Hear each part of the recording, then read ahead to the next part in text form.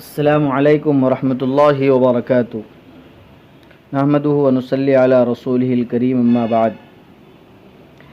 مشورے کے آداب و اصول۔ حضرت جی مولانا سعد صاحب دامت برکاتہم کے ملفوظات۔ حضرت جی مولانا سعد صاحب دامت برکاتہم فرماتے ہیں کہ مشورہ بہت اہم ہے۔ مشورے کے ذریعے سے خیر نازل ہوتی ہے، خیر اترتی ہے، تو اس کے چند اہم اصول ہیں۔ تو سب سے پہلا اصول ہمارے مشورے کا ہے۔ حضرت فرماتے ہیں کہ جس طرح دین کا اہم رکن نماز ہے، اسی طرح دعوت کا اہم رکن مشورہ ہے۔ جس کی نماز نہیں اس کا دین نہیں، اسی طرح جس کا مشورہ نہیں اس کی دعوت نہیں۔ نمبر 2، جس طرح دین امانت ہے اسی طرح مشورہ بھی امانت ہے۔ نمبر 3، کام کی کمزوری مشورے کی کمزوری ہے۔ کام کی کمزوری مشورے کی کمزوری ہے۔ کام اس لیے کمزور ہو گیا کہ مشورہ کمزور ہو گیا۔ نمبر 4، مشورے کا مقصد تقاضے کو پورا کرنا نہیں ہے۔ مشورے کا مقصد تقاضے کو پورا کرنا نہیں ہے، بلکہ مشورے کا مقصد ساتھیوں کو لے کر چلنا ہے۔ مشورے کا مقصد ساتھیوں کو لے کر چلنا ہے۔ تقاضے وہ پورے کرے گا جو ساتھی قربانی دے گا۔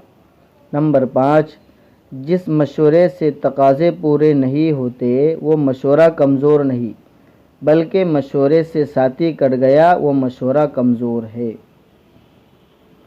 نمبر 6، کام کرنے کا عملہ جو تیار ہوتا ہے وہ مشورے سے ہوتا ہے۔ کام کرنے کا عملہ جو تیار ہوتا ہے وہ مشورے سے ہوتا ہے، اور جو ساتھی کرتا ہے وہ مشورے سے کرتا ہے۔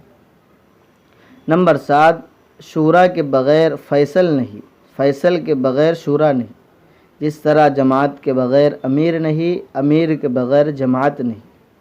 نمبر 8، ساتھی کا ساتھی سے مشورہ کرنا یہ مشورے کی کمزوری ہے۔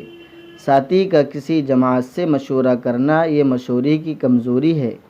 جماعت کا کسی ایک ذمہ دار سے مشورہ کرنا یہ مشورے کی کمزوری ہے۔ کسی ذمہ دار کو چھوڑ کر مشورہ کرنا یہ بھی مشورے کی کمزوری ہے۔